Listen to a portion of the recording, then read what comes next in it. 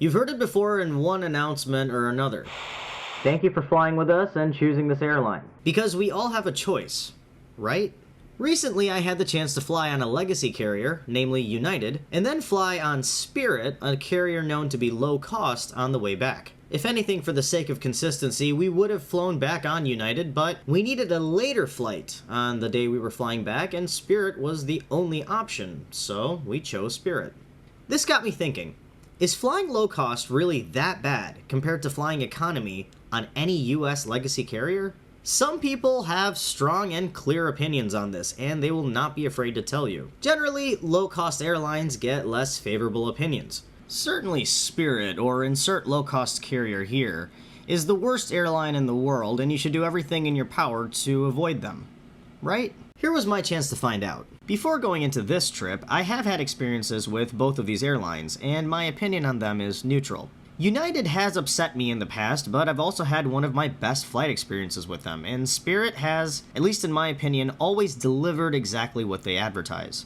Nothing more, nothing less. Because of this, I think that it might be a bit unfair to claim that low-cost carriers, such as Spirit, can hold the title of the worst airline in the US, at least compared to US legacy carriers. You see, I think that while the experience on airlines like Spirit is nothing to write home about by any stretch of the imagination, the inherent displeasure of flying economy at all in the US makes it so that the competition, namely legacy carriers, just isn't that much better, especially for the price. After all, while it might be easy to find the opinion that someone will never fly Spirit again, you don't have to travel very far to see the same sentiment for legacy carriers. In fact, as I make this video, Delta is currently in the process of screwing over their most loyal customers, and their business decision is not going unnoticed. That being said, I have no doubt that Spirit and other low-cost carriers pull shady behavior all the time, and this behavior will lead people to stray away, or in some extreme cases, denounce the airline altogether. I would only like to emphasize that the competition has its fair share of issues,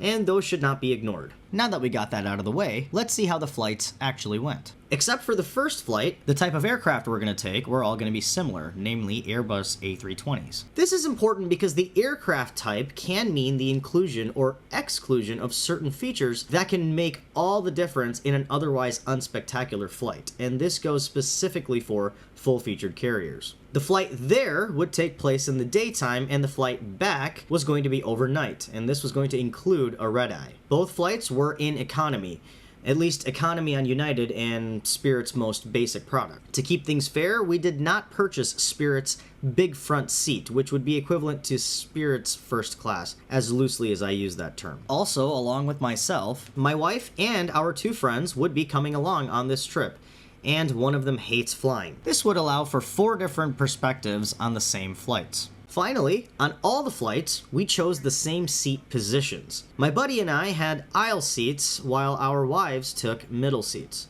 Let us take the time now to commend our wives for their sacrifice on this journey. We started on a late morning United flight from Detroit to Chicago. The aircraft was a 737 MAX, which was surprising, as the usual non-Delta flights from Detroit to Chicago are on Embraers or Bombardiers, and these are regional aircraft with usually the most minimal features. The 737 MAX we were on was actually the best aircraft we would fly on the whole trip. In fact, at the time that we were flying, the plane was only about a month old. There was seatback entertainment. There were also plugs galore on this very short flight from Detroit to Chicago. Not much could go wrong, and not much did. We landed in O'Hare, unscathed and ready to continue. O'Hare Airport came with a long walk from concourse to concourse in murderous humidity. But this was not United's fault. It just sucked. Our next flight was delayed by about 10 minutes, and while this wouldn't normally be a major problem, it was so hot and humid in the airport that this delay made a huge difference. We boarded a United A320 flight to Salt Lake City, and boy did we get unlucky with this aircraft. See, this A320, compared to the 737 MAX that we just took, was quite under-equipped. There was no backseat entertainment or power ports. For the seatback entertainment, you were able to log in using the Wi-Fi on your own device, and access the selections. But here's where I had my first run of friction. See, my United app was not allowing me to log in, even though I had recently changed my password and I was quite sure of what it was, because I had saved it to my password manager. Of course, I could have signed on as a guest, and while I could have accessed the onboard entertainment, I wanted to purchase the Wi-Fi. And while I would have been able to purchase the Wi-Fi even without being able to log in, I was going to get a whole $2 off if I was able to log in using my United account. And I really wanted to get in on these tremendous savings. What was frustrating is that when we landed, my password all of a sudden worked. That was not the only technical issue, however. United requires you to have a credit card added onto their app in order to make any onboard purchases. My wife added her card to the app at the beginning of our flight, but the flight attendant wasn't able to find her card on the flight attendant's device. I had already ordered this Sprite in defeat until my wife was able to get the flight attendant to refresh her device, and then finally she was able to see my wife's credit card. After that, we were able to order our beverages, no problem. I brought this Sprite back home, and fun fact, it exploded in our bag. We landed in Utah, ready for a nice 4-hour drive to our cabin. Hertz kind of pissed us off for a few reasons. Let me know down below if you want to hear the Hertz stories. After a refreshing time in Yellowstone, we were ready for our journey back home. This time, we were taking Spirit. Not only were we flying Spirit, but one of the Spirit flights were going to be overnight, on a red-eye. If this wouldn't put Spirit through the ringer, I don't know what would. The first flight, which was a short hop from Salt Lake City to Las Vegas, was actually enjoyable. It was a rather short hop, which actually arrived 20 minutes early, and the wife and I had a couple of beverages, and we were able to buy these without any issues. A little slot machine action in Vegas airport, and we were ready to hop on our final flight back home. Our ambitious timelines ended with our last flight as the flight was delayed 20 minutes and the gate was changed at the last minute. No worries on the last minute gate change, as the gates were set up in a circle and you could hear the announcements for most of the gates from the section you were sitting. This could be an issue, however, if your gate change meant that you had to go to a completely different concourse. We were finally on board the flight back home and ready to rest as much as we could. My friend was unfortunate enough to have a hard item dropped on his head while some lady was attempting to put her luggage in the overhead. He said it hurt, but at least the passenger apologized. On Spirit, if you want to entertain yourself using the contents of your own device, you're more than welcome to. Just remember to bring your own power pack or plenty of battery life, as there will be no ways to charge any devices on any Spirit planes. We were even on an A320neo, which is a newer aircraft for Spirit, but it had the same no-frill setup that all Spirit aircraft have. Also, Spirit seats do not recline. When flying economy in the US, you have to take every centimeter of comfort you can, so in a situation like ours, having even an inch of recline would have made all the difference. Here's where Spirit struggled the most for us. On paper, the seat pitch for Spirit versus United is not very different, but the thinner padding on the Spirit seats alongside the absence of a foldable headrest, and of course no recline, meant that the Spirit seats felt significantly less comfortable than the United seats. We did not sleep an ounce on this flight, though we did try our hardest. To be fair, the seats that we were able to choose on the United flights didn't feel like they would have been a decent night's rest either. We probably would have gotten more sleep overall on the United flights, however. Now, as our aim was to mostly rest, on this flight we really didn't get a chance to test the service. But we did notice some inconsistencies with the safety policies. This wasn't a huge deal by any means, but some people were asked rather strictly to put their armrests down while others were not, for whatever reason. And the same thing goes for placing your backpack all the way under your seat. Some attendants had more of an eye for it, let's just say. Now, while I agree that safety should be the top priority of any airline, I think that consistency is a major part of the equation when it comes to total safety. A fair bit of tossing and turning in our seats and a bumpy ride all the way back to Detroit, and we finally landed, early in the morning, ready to get back home into our beds to finally achieve some real rest. And now that I've had time to achieve that rest, and process this entire trip, let's discuss how everything went. Let's start with price. Here is the individual ticket price breakdown for each flight. The checked bag was shared between my wife and I, so both of us only had one checked bag between the two. Something else you might notice is that while the overall price for the Spirit flight is less, the individual costs are actually more. This was a little bit surprising to me. The prices for Wi-Fi and seat choice was tricky. For Spirit, we chose the highest price we paid for any single seat, and for United, the seat is included, however, the seat is way in the back if you want a free one, and you're more than welcome to pay a lot more for something even close to the middle, and then you've got United First Class, which is a whole other subject altogether. Here is what the cost would have been if we would have forgone any food or drink purchases and did not opt for the Wi-Fi. This is essentially what the necessities would be on a trip like this, with only your seat and luggage being considered. On a United flight, you would hope to get some seatback entertainment if you don't have your own device, and on a Spirit flight, you would probably bring your own device for that entertainment, and if you provide your own refreshments, then the price of those refreshments are probably going to be the same no matter which airline you take. Finally, here is what it would have cost if we simply purchased the ticket and no other add-ons. Yes, this means somehow stuffing all our luggage into a single backpack each and allowing the airline to assign our seats for us, at least in Spirit's case. Second to cost are the options. The frills, so to speak. As low-cost airlines sport no frills, it might seem that the obvious option for those who want frills to go for the full-featured airlines, right? Well, let's put that to the test. What frills do you really get as part of your ticket on a full-featured airline? Number 1, snacks.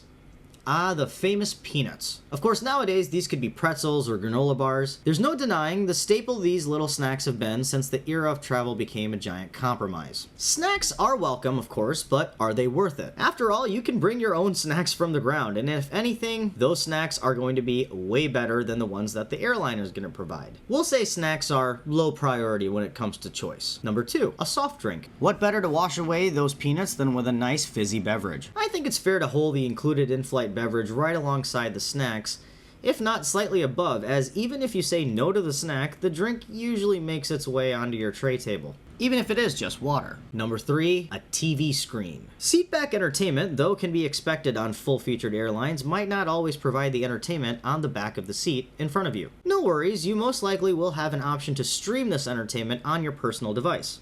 I just hope you have one. See, this is why the type of aircraft can be important when purchasing tickets for a full-featured airline flying domestic. Some aircraft will have screens on the back of the seat in front of you, with all the entertainment conveniently loaded so that you can just mindlessly remain entertained. However, some aircraft will forgo this seatback screen and take advantage of the fact that most people will have a personal device, which can stream this entertainment and provide it for free via the onboard Wi-Fi. This works for the most part unless you do not have such a device readily available for any reason, such as a low battery or lack of a power bank. This brings our discussion to power outlets. While some US legacy carrier planes will have power outlets, some actually do not. The A320 that took us from Chicago to Salt Lake City, our longest flight on this leg by the way, did not have screens or power outlets. This is one of those situations that a power bank might come in very handy. Number 4, checked bags. This is usually what brings the price of a low-cost ticket up significantly when comparing it to a legacy carrier. Even if you don't plan to check a bag, with low-cost airlines charging for carry-on bags bigger than a small backpack or a purse, the price of a full-featured airline ticket might not be that far off after you factor in luggage with a low-cost carrier. Our United flights allowed for a carry-on and a personal item, so this is technically 2 carry-ons, while we had to pay extra for a checked bag. And when I say carry-on, I mean an actual carry-on. Our Spirit flights included only a personal item, and some might agree that the size restrictions imposed by Spirit for what counts as a personal item is a bit too strict. Fortunately, on our Spirit flights, all of our backpacks were accepted as included carry-ons. It's important to note that the maximum allowable weight for checked bags was 50 pounds on United, while it was only 40 pounds on Spirit. And to add to this, it cost more for a checked bag on Spirit Airlines than it did to add one on United. This means we had to plan our luggage for the lowest allowable weight on our entire journey. Each couple actually came close to the max allowable weight allowed on Spirit, as our bags weighed 32 pounds and the other weighed 36 pounds. This means that a heavy souvenir could have set either one of us over the top and cost us substantially as the flight was on the way back. Now, depending on the price of the ticket, these frills could wear thin rather quickly, or a single frill could make or break the entire trip. While low cost is considered no frills, I like to think that low cost is more optional frills. Frills a la carte, if you will. For example, snacks and drinks can be purchased, as well as Wi-Fi, so you can stream your own entertainment. After all, if there's already a chance that with a full-featured carrier you'll have to bring your own device and snack anyway, let's be honest, those peanuts are not going to be lunch, then how different is doing the same thing on a low-cost carrier, as long as the ticket price is, of course, low cost? The same thing could go for soft drinks. I don't think most people would mind bringing their own drink on board if it means savings. Remember, free soft drinks are safely on the bottom of people's priorities list. Alcoholic beverages are created equal as far as I'm concerned, as these can be purchased on both types of airlines with no real difference in cost, and one might say the same about the variety. Luggage is where low-cost airlines will usually fall short, as the charge for checking a bag or bringing a reasonably sized carry-on can add up rather quickly. If you are able to pack light for a trip that won't last more than a few days, this might not be a problem. Next, let's talk a little bit about customer service. Here's where most people might base their opinions on whether or not to fly an airline ever again, and I don't blame them. A neutral customer service experience, in my opinion, is far better than a negative one. Go for gold, but at least make sure to bring home silver. In this category, I'm counting delays and cancellations, because those are the trying times that an airline's customer service is most thoroughly put to the test. There were no major customer service issues outside of a couple of manageable delays and the technical difficulties on the United flight from Chicago to Salt Lake City. If you're a technical person, it's important to mention that on average, United is delayed less than Spirit by about 6% the last time I checked, so take that for what it's worth. And if you want some extra data, out of the delays we experienced on both airlines, Spirit was delayed longer. Lastly, we consider comfort. While this category is rather subjective, we all agreed that United was slightly more comfortable than Spirit for a few reasons. This wasn't enough to deter us from Spirit, but we would go as far as paying slightly more to get a bit more comfort if all other things were the same in the future. So considering the factors that we discussed and applying them to my trip, here's what I have to say. Overall, our experience on both airlines as a whole relatively was the same, with only some marginal differences.